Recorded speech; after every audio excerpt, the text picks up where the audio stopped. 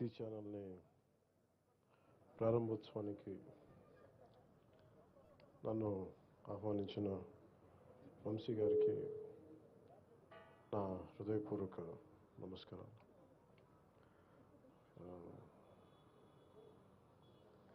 దీనికి ఎవరన్నా ఇలాంటి వాటికి నా ఫీలింగ్ ఏం చెప్పాలి, నాకు ఈ భావన ఏముందంటే లోపల నేను సరైన వ్యక్తిని కాదు వీటికి రావడానికి.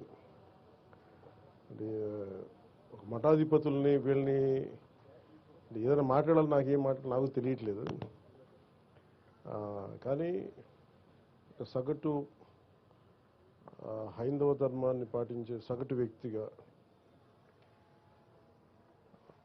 హైందవ ధర్మం అవమానపరుస్తున్నా, దాన్ని దిగజార్చేలా మాట్లాడుతున్నా, దానికి ఒక ఆల్టర్నేట్ వాయిస్ ఉండాలని కోరుకుంటాం.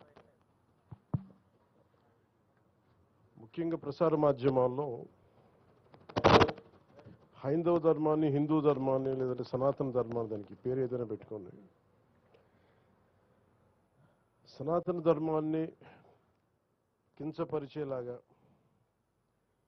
రకరకాల వ్యాఖ్యలు ప్రసార మాధ్యమాల్లో ఉన్నప్పుడు దానిని నిలబెట్టి దాని పక్షాన మాట్లాడే ప్రసార మాధ్యమాలు చాలా తక్కువ. ఇది కేవలం ఒక వ్యాపార ధోరణిని కాకుండా హైందవ ధర్మాన్ని, సనాతన ధర్మం కోసం గొంతు ఉండాలి, గళమిప్పాలి అని చెప్పి మహావంశీ గారు ప్రారంభించిన ఈ కార్యక్రమం, ఈ భక్తి ఛానల్, మహాభక్తి ఛానల్కి నిజంగా చాలా అవసరం ఉంది. మనస్ఫూర్తిగా వారికి నా ధన్యవాదాలు తెలుపుతూ ఉన్నాను.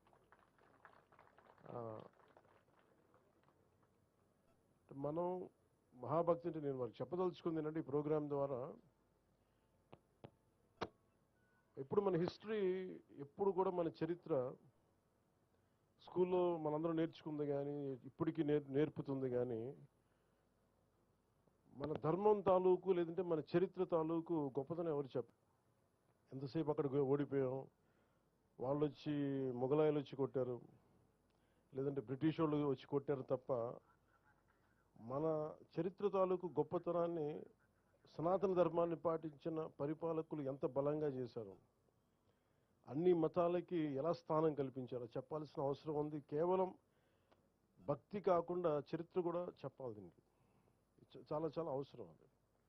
ఉదాహరణకి నేను మొన్న మదురై మీనాక్షి అమ్మ టెంపుల్కి వెళ్తే అక్కడ పూజారులు లోపల చూపిస్తా, ప్రధాన పూజారులు ఎలాగ మధుర మీనాక్షమ్మ మూల విగ్రహాన్ని ఎలా దాచిపెట్టారు, ఈ విదేశీ రాజులు వస్తున్నప్పుడు దాన్ని ముష్కరులు వచ్చినప్పుడు ఎలా దాన్ని కాపాడారు. చాలా కాలం తెలుగు ఇలాంటి చరిత్ర నాకు వెళ్తే కానీ నాకు తెలియలే. ఇలాంటి మనని ముఖ్యంగా దాని బదులు ఒక పక్కనే దురక్రమణదారులు వచ్చి ఎలాగా ఇదే మూల విరాట విగ్రహం అని చెప్పి ఒకటి దాడి చేశారు. అంటే శివలింగం ఉంటుంది, శివలింగాన్ని దాడి చేస్తే శివలింగం మధ్య కట్ అయిపోయింది. ఆ ఘాటు ఉంటుంది, కత్తి ఘాటు. కానీ అలాంటిది చరిత్ర అందరికీ తెలిస్తే, మన గత చరిత్ర తెలిస్తే ఇది ఎంత అవసరం మనకి, మనం ఎంత కాపాడుకోవాలి. మనం ఏమనుకుంటామంటే in the name of secularism అన్ని మతాలు సమానమే, కానీ అన్ని మతాలు సమానం అని చెప్పిన హిందూ ధర్మాన్ని పదే పదే అందరూ సాగు కొడతా ఉంటే మటుకు నాకు ఇబ్బంది అనిపించింది. నేనేమి బలమైన ఏమంటుందని ఒక మంకు పట్టుబట్టే లేదంటే ఒక మూర్ఖంగా పట్టుబట్టే హిందువుని కాదు నేను. అన్ని మతాలు బాగుండాలని కోరు, అది నా ధర్మం చెప్పింది. కానీ అలాంటి నా ధర్మం మీద పదే పదే దాడి చేస్తున్నప్పుడు దీనివల్ల ఓట్లు వస్తాయా, ఓట్లు పోతాయా నాకు తెలియదు. ఇవన్నీ ఏ దేవుడైతే ఉనికినిచ్చాడో, ఏ పరమాత్మ అయితే మనకి స్థానం ఇచ్చాడో ఆయన కాపాడుకోలేనప్పుడు ఎన్ని పదవులు వచ్చినా నిష్ప్రయోజనం. పైగా ఇంకోటి పొలిటికల్గా కూడా మనం ఎంతసేపు మిగతా మతాల మీద దాడి జరుగుతున్నప్పుడేమో మనం వెనకేసుకొస్తాం, హిందూ ధర్మం మీద దాడి జరుగుతున్నప్పుడు ఒకళ్ళు మాట్లాడరు, ఎందుకంటే ఓట్లు పోతాయని. ఇది చాలా లోతుగా దీని మీద డిబేట్ జరగాలి, చరిత్ర గురించి మాట్లాడాలి, అన్ని చరిత్రలను కలపాలి. ఉదాహరణకి రుమేలా తాపర్ ఇలాంటి లెఫ్ట్ వాదులందరూ కూర్చొని మన ధర్మాన్ని, మన చరిత్రని, ఇతిహాసాన్ని చంపేశారు. రామాయణం కానీ భారతం కానీ అవి అవి మనకి అవి మన చరిత్ర అది. దానికి దానికి ఆర్కియలాజికల్ ఇది ఉంటుంది. ఇవన్నీ కాకుండా ఏదో నేను చదువుతా ఉంటే చాలా గొప్ప ఆశ్చర్యంగా అనిపించింది. మన కురుక్షేత్ర యుద్ధం ఎప్పుడు జరిగింది? It can be proven by astrological time line. ఏ గ్రహాలు ఏ కక్షలో ఉన్నప్పుడు జరిగినాయి, నక్షత్రాలు ఎట్లా ఉన్నది, అలాంటి సమయంలో ఈ టైంలో జరిగింది అనేది మనం ఇప్పటికీ ఇప్పుడు వచ్చిన కంప్యూటరైజ్డ్ ప్రోగ్రామ్స్ ఒకసారి వెనక్కి వెళ్ళి చూసుకుంటే చాలా బలంగా మనం మన సాక్ష్యాధారాలతో ఉంది. వేగ్గా శ్రీరామచంద్రుల వారు ఎప్పుడు పుట్టారు, దానికో ఈ పలానా నక్షత్రంలో పుట్టారు, ఈ టైం లైన్లో, ఇది మీరు తిరిగి వెనక్కి చూసుకుంటే it will be backed by scientific data. So అది మన చరిత్ర. అది దీనిని ఒక్కొక్కళ్ళు కూర్చొని దీన్ని వెటకారాలు చేసేవాళ్ళు, కించపరిచేవాళ్ళు, ఇవన్నీ చూస్తుంటే నాకు నిజంగా చాలా ఇబ్బంది అనిపిస్తుంది. అంటే నాకు ఒకసారి ఏమనిపిస్తుంటే ఓట్లు రాకపోయినా పర్లేదు కానీ ధర్మాన్ని నేను కాపాడుకోవాలి. ఇది ఖచ్చితంగా నేను తీసుకున్న నిర్ణయం. ఇలాంటి తీసుకున్న వ్యక్తులు చాలా మంది, నేను ఒక్కనే కాదు, చాలా మంది కోట్లాది మంది తీసుకున్నారు. వెటకారాలు చేసేవాళ్ళు ఎక్కువ. మీరు ఊహించండి, ఇంకే మతం చేసినా మళ్ళీ మన అన్ని జోకులు పడవు. హిందూ ధర్మాన్ని తిట్టేది ఎక్కువగా హిందూ ధర్మం మీద గౌరవం లేని హిందువులే. వెటకారాలు ఎక్కువ మనకి. అదే మీరు కూర్చోబెట్టి ఇంకే మతం గురించి మాట్లాడదామని మళ్ళీ భయం వచ్చి ఇంట్లోకి వచ్చి కొడతారని భయం, అంతే. లేదా ఓట్లు పోతాయని భయం. నేను వంశీ గారిని ఏం కోరుకున్నానంటే, హైందవ సమాజానికి మీరు పరిరక్షించే దిశలో మీరు ప్రోగ్రామ్స్ ఉండాలని నేను కోరుకుంటా ఉన్నాను. ఎందుకంటే మనకి మొండిగా మూర్ఖంగా నేను మాట్లాడమని నేను అడగట్లేదు డిబేట్స్, కానీ రేషనల్ తోటి, లాజిక్ తోటి, ఒక హేతువుతోటి ఈ ప్రోగ్రామ్స్ మీరు, ఇది చాలా అవసరం. ఇది మూర్ఖమైన భక్తి కూడా మంచిది కాదు. అసలు ఏమంటుందని రేషనల్, ఒక లాజిక్ లేని, హేతువు లేని భక్తి కూడా మంచిది కాదు.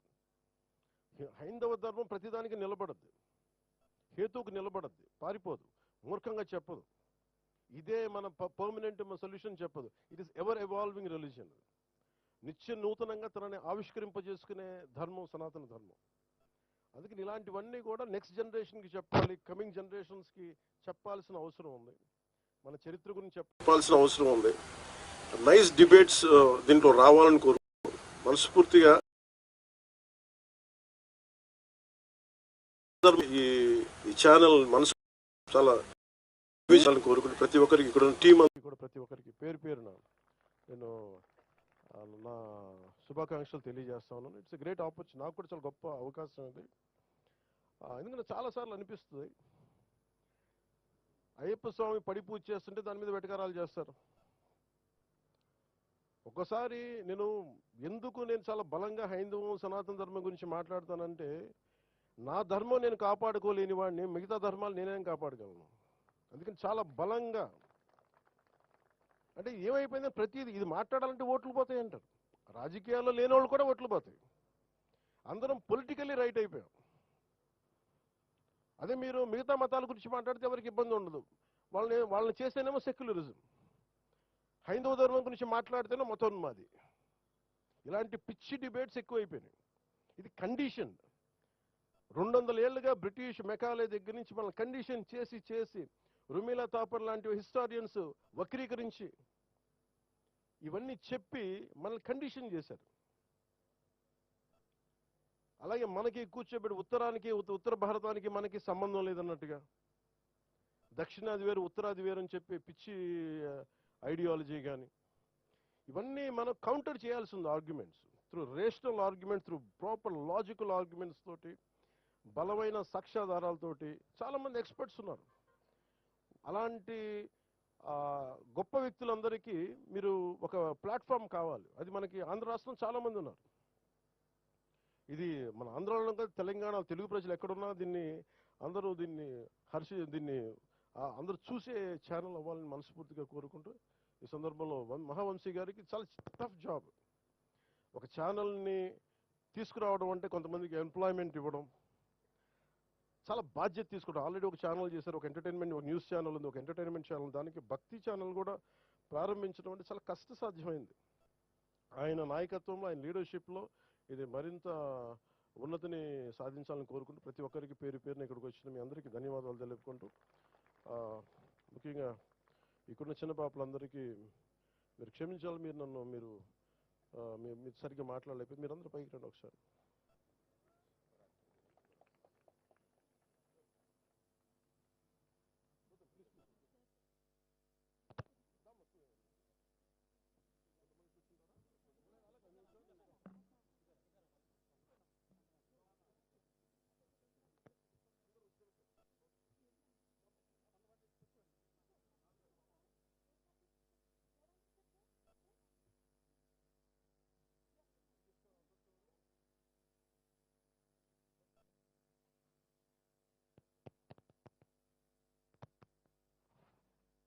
ఇది మన సంస్కృతి కదా, మన సంస్కృతిని మనం చేయకపోతే ఇంకెవరు చేస్తారు? ఆ గౌరవం ఇచ్చి తీరాలి మనం.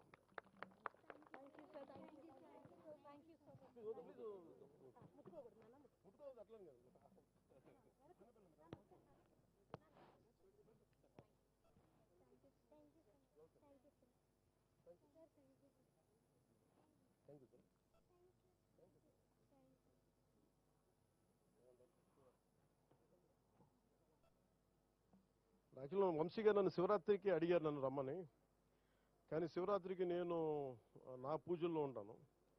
అందుకని ఒక 2 రోజుల ముందే రమ్మన్నారు. అంతేనా? ఒక 2 రోజుల ముందు రమ్మన్నారు. సో వచ్చి అట్లీస్ట్ లోగోని ఆవిష్కరించమంటే వచ్చాను. సో మనస్ఫూర్తిగా వారికి నా ధన్యవాదాలు. అలాగే ఇక్కడ వేద పండితులందరికీ కూడా నా మనస్ఫూర్తిగా నా ధన్యవాదాలు తెలియజేసుకుంటూ సెలవు తీసుకుంటాను. ఓం నమః శివాయ.